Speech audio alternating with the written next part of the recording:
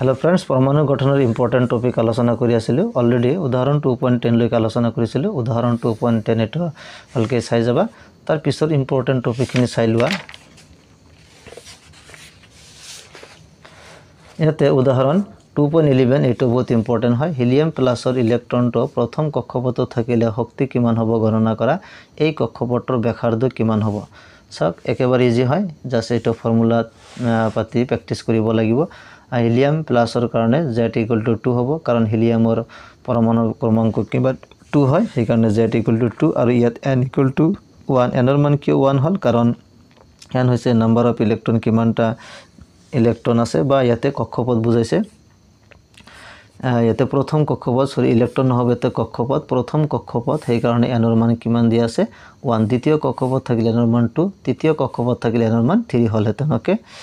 তাৰ পিছত important topic হল বড় তত্ত্বৰ সীমাবদ্ধতা বহুত ইম্পৰ্টেন্ট ইয়াতে প্ৰশ্ন খুদিব পাৰে বড় তত্ত্বৰ দুটা সীমাবদ্ধতা লিখা অতিকে অলকে ডাইৰেক্ট ইয়াতে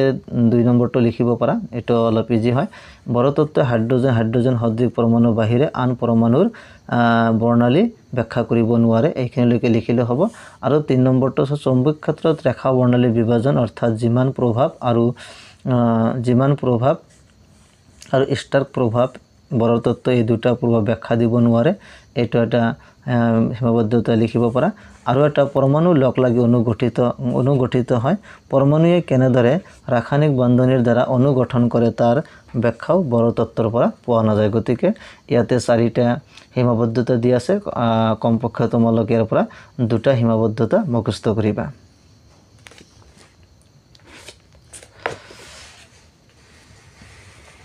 আৰু এটা ইম্পৰ্টেন্ট কনসেপ্ট হল যেটো পৰীক্ষাত প্ৰায় আহে হেটো হল আমাৰ সয়তে m ভৰৰ কণা এটাই v বেগেৰে গতি কৰি থাকিলে পদাৰ্থ কণাটোৰ সৈতে জড়িত তৰংগ দৈৰ্ঘ্য ল্যামডা হ'ব ল্যামডা = h/mv = h/p mv মানে p বুজোৱা হৈছে ইয়াত এই সমীকৰণটো কি বুলি কোৱা হয় দ্বি ব্ৰয়লি তৰংগ দৈৰ্ঘ্যৰ সমীকৰণকে সো দ্বি ব্ৰয়লি তৰংগ দৈৰ্ঘ্যৰ সমীকৰণটো লিখা এনেকৈ খুদিব পাৰে বা প্ৰমাণ কৰা এটো খুদিব পাৰে সো ল্যামডা = h/mv h/p বা এই সমীকৰণটো ব্যৱহাৰ কৰি অংক খুদিব পাৰে যেনেকৈ উদাহৰণ 2.12 ওকে বহুত ইম্পৰ্টেন্ট হয় 0.1 কেজি ভৰৰ বল এটাই 10 মিটাৰ পাৰ সেকেন্ড বেগেৰে গতি কৰি থাকিলে তৰংগ দৈৰ্ঘ্য গণনা কৰা একেবাৰে ইজি হয় দিয়া আছে ভৰৰ মান কিমান 0.1 কেজি বেগ দিয়া আছে ওতে ডাইৰেক্ট দ্বি ব্ৰয়লিৰ সমীকৰণ যেটো ল্যামডা = h/mv h ৰ মান প্লাংকৰ ধ্ৰুৱক এটো আমি জানো এটো জাস্ট ভ্যালু বহাই দিয়া হৈছে m ৰ মান ইয়াতে দিয়া আছে v ৰ মান দিয়া আছে জাস্ট এটো বহুৱাই আমি ক্যালকুলেশন কৰিলে আনসাৰটো ওলাই আহিব বহুত ইম্পৰ্টেন্ট হয় উদাহৰণ 2.12 উদাহৰণ 2.13 এটো প্ৰেক্টিস কৰিব পাৰা এটো তৰংগ দৈৰ্ঘ্য গণনা কৰিব লাগে এটো k = half of mv² ইয়াৰ পৰা v ৰ মানটো উলিয়াব লাগিব এই v ৰ মানটো উলিয়াই d ব্ৰয়লি যেটো তৰংগ দৈৰ্ঘ্যৰ সমীকৰণ আছে তাতে মানটো বহুৱাই দিব লাগিব কে উদাহৰণ 2.14 এটো আৰু বেছি ইম্পৰ্টেন্ট হয় এটো অলপ ভালকৈ চাবা 3.6 আংষ্ট্ৰম তৰংগ দৈৰ্ঘ্য বিশিষ্ট ফটনৰ ভৰ গণনা কৰা এটো বহুত ইম্পৰ্টেন্ট হয় এটো প্ৰেক্টিস কৰি যাবা আৰু এটা ইম্পৰ্টেন্ট টপিক হল হাইজেনবাৰ্গৰ অনিশ্চয়তা সূত্ৰ এটো পৰীক্ষাত প্ৰায় আহে পৰীক্ষাত কোশ্চেন সুধিব পাৰে হাইজেনবাৰ্গৰ অনিশ্চয়তা সূত্ৰটো লিখা আৰু ব্যাখ্যা কৰা ওকে সো ইয়াৰ পৰা দিয়া আছে সূক্ষ্ম কণাটোৰ অৱস্থান আৰু ভৰবেগৰ মান একে সময়তে সঠিকভাৱে পাব নোৱাৰে এটো হল হাইজেনবাৰ্গৰ অনিশ্চয়তা সূত্ৰৰ যেটো স্টেটমেন্ট বা বিবৃতি আৰু ইয়াৰ যেটো গাণিতিক প্ৰকাশ ৰাখি এইখিনি হল গাণিতিক প্ৰকাশ ৰাখি গতিকে এইখিনিলৈকে তোমালোকে প্ৰেক্টিস কৰিলে হৈ যাব এটো চাবা হাইজেনবাৰ্গৰ অনিশ্চয়তা সূত্ৰটো লিখা আৰু ব্যাখ্যা কৰা এইখিনিলৈকে লিখিলে হৈ যাব ওকে ইয়াতে লিখিব পাৰা ডেল্টা x মানে কি হল ডেল্টা x মানে হল কণাটোৰ অৱস্থানৰ অনিশ্চয়তা ডেল্টা px হল ভৰবেগৰ অনিশ্চয়তা আৰু ডেল্টা vx হল বেগৰ অনিশ্চয়তা ওকে এইখিনি তোমালোকে লিখি দিব পাৰা উদাহৰণ 2.15 টো চাই যাবা এটো হাইজেনবাৰ্গৰ অনিশ্চয়তা সূত্ৰ ব্যৱহাৰ কৰি এটা নিউমেৰিকেল প্ৰবলেম দিয়া হৈছে এটো সমাধান কৰি যাবা আৰু উদাহৰণ 2.16 ওকে সো হাইজেনবাৰ্গৰ অনিশ্চয়তা সূত্ৰটো লিখা আৰু ব্যাখ্যা কৰা আৰু তাৰ লগত জড়িত এই দুটা নিউমেৰিকেল প্ৰবলেম চাই যাবা আৰু এটা ইম্পৰ্টেণ্ট কনসেপ্ট অৰবিটেল পৰীক্ষাত সুধিব পাৰে অৰবিটেল বুলিলে কি বুজা এতিয়া অৰবিটেলৰ প্ৰকাৰ যেটো আছে l = 0 হলে s অৰবিটেল l = 1 হলে p অৰবিটেল l = 2 হলে d অৰবিটেল l = 3 হলে f অৰবিটেল এটো চাই যাবা এমসিকিউ সুধিব পাৰে l = 2 হলে কোনটো অৰবিটেল হয় ওকে অৰবিটেল কাক বলে বা l = 1 হলে কোনটো অৰবিটেল হয় এটো অলপ চাই যাবা ইয়াতে টেবুলত দিয়া আছে n ৰ মান l ৰ মান ml আৰু বিভিন্ন অৰবিটেল ইয়াতে দিয়া আছে ইয়াৰ পিছত আৰু আমি পাই আছো চাই যোৱা যেনে কোয়ান্টাম সংখ্যা এটা বহুত ইম্পৰ্টেন্ট হয় পৰীক্ষাত সুধিব পাৰে কোয়ান্টাম সংখ্যা বুলিলে কি বুজা কোনটো কোয়ান্টাম সংখ্যা দিক স্থিতিৰ লগত জড়িত এনেকুৱা বা শক্তিৰ লগত জড়িত ইয়াত আমি কোয়ান্টাম সংখ্যা প্ৰধানকৈ চাৰিটা ভাগত আমি ভাগ কৰিছো এটা হল মুখ্য কোয়ান্টাম সংখ্যা বা প্ৰিন্সিপাল কোয়ান্টাম সংখ্যা মুখ্য কোয়ান্টাম সংখ্যা n ৰে বুজোৱা হয় মুখ্য কোয়ান্টাম সংখ্যা সো ইয়াতে মুখ্য কোয়ান্টাম সংখ্যা এটো দিয়া আছে প্ৰিন্সিপাল কোয়ান্টাম নাম্বাৰ n এটো অলপ চাই যাবা পৰীক্ষাত সুধিব পাৰে মুখ্য কোয়ান্টাম সংখ্যা তাৎপৰ্য কি বা মুখ্য কোয়ান্টাম সংখ্যা কি নিৰ্দেশ কৰে বা শক্তি স্তৰ কোনটো কোয়ান্টাম সংখ্যাৰ দ্বাৰা নিৰ্ণয় কৰা হয় এই শক্তি স্তৰ সোৱা শক্তি স্তৰ মুখ্য কোয়ান্টাম সংখ্যাৰ ওপৰত নিৰ্ভৰ কৰে আৰু মুখ্য কোয়ান্টাম সংখ্যা n ৰে বুজোৱা হয় n = 1 হলে k খোল n = 2 হলে l খোল n = 3 হলে m খোল n = 4 হলে n খোল ইত্যাদি চাই যাবকে আৰু n ৰ মান বঢ়াৰ লগে লগে অৰবিটেল আকাৰ বাঢ়ে অৰবিটেল আকাৰ বঢ়াৰ লগে লগে নিউক্লিয়াছ আৰু ইলেক্ট্ৰনৰ দূৰত্ব বাঢ়ে গতিকে এইটো হল আমাৰ মুখ্য কোয়ান্টাম সংখ্যাৰ তাৎপৰ্য অৰ্থাৎ কোনো এটা অৰবিটেলৰ আকাৰ মুখ্য কোয়ান্টাম সংখ্যা দি আছে মুখ্য কোয়ান্টাম সংখ্যাৰ মান যিমানে বাঢ়ে অৰবিটেলৰ আকাৰ হিমানে বাঢ়ি যায় আৰু তাৰ পিছত আৰু এটা কনসেপ্ট সোৱা এটা নিৰ্দিষ্ট খলত n² সংখ্যক অৰবিটেল থাকে এইটো ফৰ্মুলা মনত ৰাখিবা পৰীক্ষাত সুধিব পাৰে এটা নিৰ্দিষ্ট খলত কিমান সংখ্যক অৰবিটেল থাকে ফৰ্মুলাটো n² এতিয়া ইয়াৰ পৰা এমসিকিউ সুধিব পাৰে যে k খলত কিমানটা ইলেক্ট্ৰন থাকে আমি জানো k খলৰ কাৰণে n ৰ মান 1 n = 1 হলে k খল গতিকে n = 1 1² 1 অৰ্থাৎ k খলত এটা অৰবিটেল থাকিব l খল n ৰ মান 2 হলে l খল গতিকে প্ৰশ্ন সুধিব পাৰে l খলত কিমানটা অৰবিটেল আছে এমসিকিউ সুধিব পাৰে অপচন দিয়া থাকিব পাৰে তেনে হলে l খল মানে হল n ৰ মান 2 ওকে l খল মানে হল n ৰ মান 2 এতি n ৰ মান যদি 2 হয় তেনে হলে n² যেটো ফৰ্মুলা আছে এটো ফৰ্মুলাত পাতি দিলে হল 2^2 4 গতিকে l খলত 4টা অৰবিটেল থাকে গতিকে এনেকৈ তোমালোকে উলিয়াব পাৰিবা এটা বহুত ইম্পৰ্টেন্ট এমসিকিউ কাৰণে তাৰ পিছত সোৱা এজিমিথেল কোয়ান্টাম সংখ্যা এজিমিথেল কোয়ান্টাম সংখ্যা l ৰে বুজোৱা হয় এজিমিথেল কোয়ান্টাম সংখ্যাৰ যেটো সিগনিফিকেন্স বা তাৎপৰ্য অৰ্থাৎ কি নিৰ্দেশ কৰে এই কোয়ান্টাম সংখ্যা অৰবিটেল আকৃতি নিৰ্দেশ কৰে ইয়াৰ মান n ৰ ওপৰত নিৰ্ভৰ কৰে বহুত ইম্পৰ্টেন্ট হয় ইয়াতে এমসিকিউ দিব পাৰে বা ডাইৰেক্ট কোৱেশ্চন সুধিব পাৰে মুখ্য এজিমিথেল কোয়ান্টাম সংখ্যায় বা কোনটো কোয়ান্টাম সংখ্যায় অৰবিটেলৰ আকৃতি নিৰ্দেশ কৰে ওকে এটা এমসিকিউ দিব পাৰে বা ডাইৰেক্ট কোৱেশ্চন হ'ব পাৰে তেনহলে আনসাৰটো কি হ'ব এজিমিথেল কোয়ান্টাম সংখ্যা ওকে আৰু এজিমিথেল কোয়ান্টাম সংখ্যা যেনেকুৱা l ৰ মানে অৰবিটেল নিৰ্দেশ কৰে l = 0 হলে s অৰবিটেল l = 1 হলে p অৰবিটেল l = 2 হলে d অৰবিটেল ইত্যাদি তাৰ পিছত চুম্বকীয় কোয়ান্টাম সংখ্যা ml ৰে বুজোৱা হয় চুম্বকীয় কোয়ান্টাম সংখ্যাৰ তাৎপৰ্য কি অৰবিটেলৰ দিক বিন্যাস নিৰ্দেশ কৰে ওকে চুম্বকীয় কোয়ান্টাম সংখ্যাই অৰবিটেলৰ দিক বিন্যাস নিৰ্দেশ কৰে বা প্ৰশ্ন সুধিব পাৰে এমসিকিউ কোনটো অৰবিটেলে কোনটো কোয়ান্টাম সংখ্যাই অৰবিটেলৰ দিক বিন্যাস নিৰ্দেশ কৰে আনসাৰটো কি হ'ব চুম্বকীয় কোয়ান্টাম সংখ্যা আৰু চুম্বকীয় কোয়ান্টাম সংখ্যাৰ আৰু এটা তাৎপৰ্য হল ইয়াতে l ৰ এক নিৰ্দিষ্ট মানৰ ভাবে ml ৰ 2l + 1 টা মান পোৱা যায় ওকে অৰ্থাৎ ml ৰ মান কেনে কুলিয়া পাৰি ml = 2l + 1 এতে l ৰ মান যদি 0 হয় তেনহলে ml ৰ মান কিমান হ'ব 1 আৰু l ৰ মান যদি 1 হয় তেনে ml ৰ মান 2 * 1 + 1 = 3 অৰ্থাৎ 3টা গতিকে ইয়াৰ পৰা এমসিকিউ সুধিব পাৰে বা শৰ্ট কোৱেশ্চন সুধিব পাৰে l ৰ মান 1 হলে ml ৰ মান কিমান বা কিমানটা অৰবিটেল সম্ভৱ ওকে এনেকুৱা টাইপৰ কোৱেশ্চন সুধিব পাৰে সো ইয়াতে এটা ইম্পৰ্টেন্ট কোৱেশ্চন দিয়া আছে 2.17 মুখ্য কোয়ান্টাম সংখ্যাৰ মান 3 হলে মুঠতে কিমানটা অৰবিটেল সম্ভৱ হ'ব দেখুৱা এটো চাই যাবা ইয়াতে শৰ্টকাট যেটো ফৰ্মুলা আছে অৰবিটেলৰ সংখ্যা n² = 3² 9 এটো ডাইৰেক্ট ইয়াৰ পৰা কৰি দিব পাৰা এটো ডিটেইলছ ব্যাখ্যা কৰি দি আছে লাগিলে এখানে অলপ চাই লবা তাৰ পিছত শৰ্ট কৈ এনেকৈ কৰিব পাৰা অৰবিটেলৰ সংখ্যা কেনে কুলি হয় n²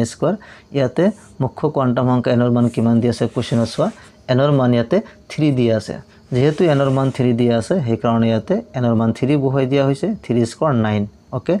উদাহরণ 2.18 এটো আরো ইম্পর্টেন্ট হয় নিম্নোক্ত কোয়ান্টাম সংখ্যার প্রতিটো জোটে কি অরবিটেল নির্দেশ কৰিছে লিখা এনৰ মান 2 এলৰ মান 1 হলে কোনটো অৰবিটেল হ'ব এটো লিখিব লাগে এনৰ মান 4 l = 0 হলে কোনটো অৰবিটেল হ'ব নিৰ্ণয় কৰিব লাগে ওকে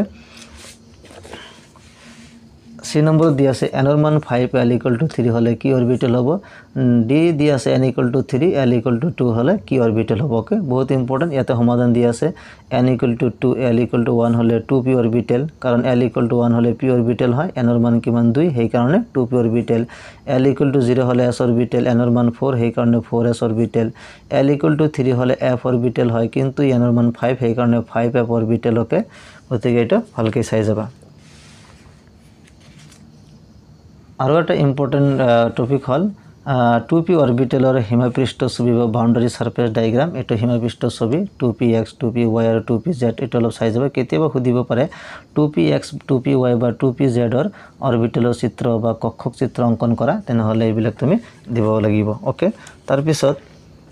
d অৰবিটাল এটো ইম্পৰ্টেন্ট হয় d অৰবিটালৰ শক্তি স্তৰ বা 5টা 3d অৰবিটালৰ হিমাপৃষ্ঠ ছবি গতিকে এতে d অৰবিটালৰ চিত্ৰবিলাক দিয়া আছে যেনেকুৱা dx² y² চিত্ৰটো dz² চিত্ৰ অটো সৰি dxy এটো dxz dx² - y² dz² dyz dz² okay 5টা d অরবিটাল আছে এই 5টা d অৰবিটালৰ চিত্ৰবিলাক অলপ চাই যাবা ইয়াতে আৰু এটা ইম্পৰ্টেন্ট টপিক আছে আৰু এটা ইম্পৰ্টেন্ট টপিক সো এতে p অৰবিটালৰ দৰে d অৰবিটাল নোড থাকে নোড ইয়াতে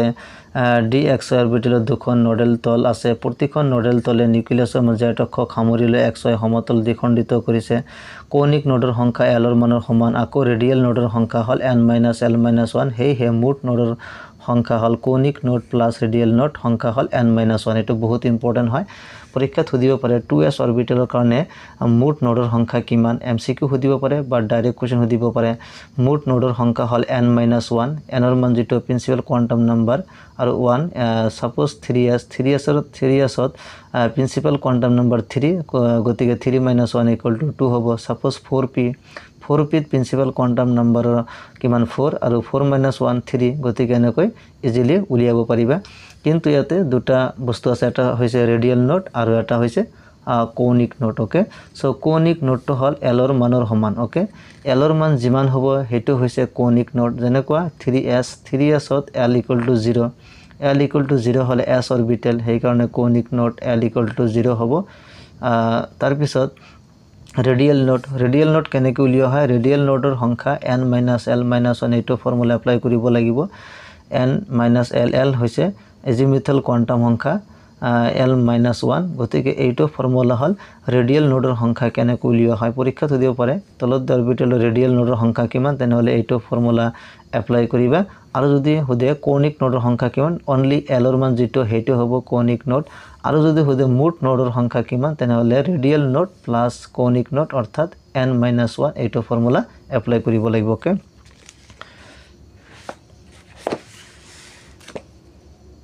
ইয়াতে আৰু এটা ইম্পর্টেন্ট টপিক আছে n + l নীতি সো n + l নীতিৰ জৰিয়তে অৰবিটেলৰ কোনটো অৰবিটেলৰ শক্তি বেছি কোনটো অৰবিটেলৰ শক্তি কম হেতু লিয়াব পাৰো এটো তোমালোক অলপ ভালকৈ চাই যাবা তলত দি অৰবিটেলবোৰ শক্তিৰ ঊৰ্ধ্বক্ৰমত যোৱা বা অধক্ৰমত যোৱা এনেকুৱা টাইপৰ কোৱেশ্চন এইটো ফৰ্মুলা লৈ কৰিব পাৰিব ওকে তাৰ পিছত আৰু এটা ইম্পৰ্টেন্ট ইয়াতে ৰুল দিয়া আছে হেতু হল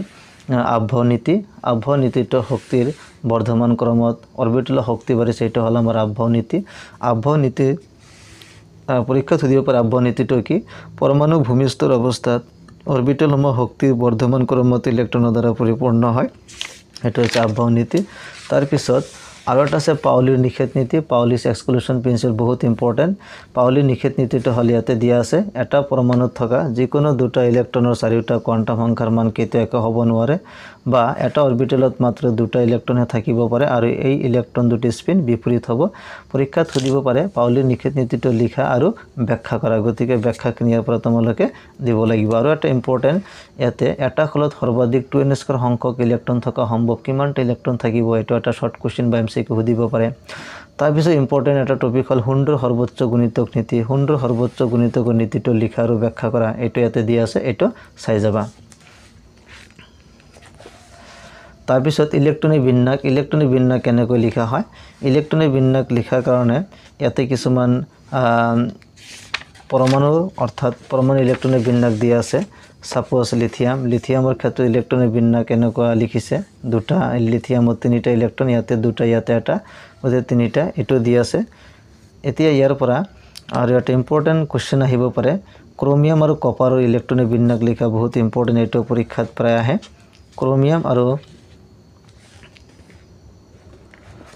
আৰু কপাৰৰ ইলেক্ট্ৰনিক বিন্যাসকে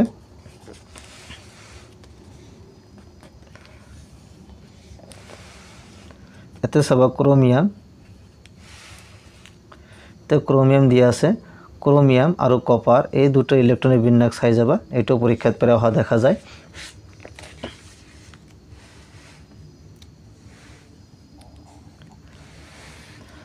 ইয়াতে দিয়া আছে সোয়া ক্ৰোমিয়াম আৰু কপাৰৰ বহুত ইম্পৰ্টেন্ট ক্ৰোমিয়াম আৰু কপাৰ ইলেক্ট্ৰনিক বিন্যাস ক্ৰমে এটো দিয়া আছে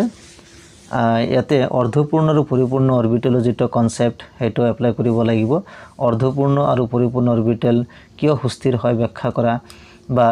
ক্ৰোমিয়াম আৰু কপাৰ ইলেক্ট্ৰনিক বিন্যাস লিখা এক মাৰ্কৰ কোৱেশ্চন হ'ব পাৰে আৰু অৰ্ধপূৰ্ণ আৰু পৰিপূৰ্ণ অৰবিটেলবোৰ কিয় সুস্থিৰ হয় হেটো ব্যাখ্যা কৰিব লাগে তাৰ কাৰণে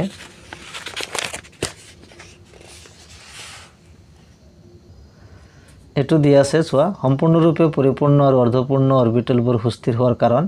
সম্পূৰ্ণৰূপে পৰিপূৰ্ণ আৰু অৰ্ধপূৰ্ণ অৰবিটেলসমূহ সুস্থিৰ হোৱাৰ কাৰণ প্ৰধানকৈ দুটা ইলেক্ট্ৰনৰ সমমিত বিতৰণ আৰু বিনিময় শক্তিকে অতিকে এইবোৰ তোমালোকে চাই যাবা এইটো চেপ্টাৰৰ পৰা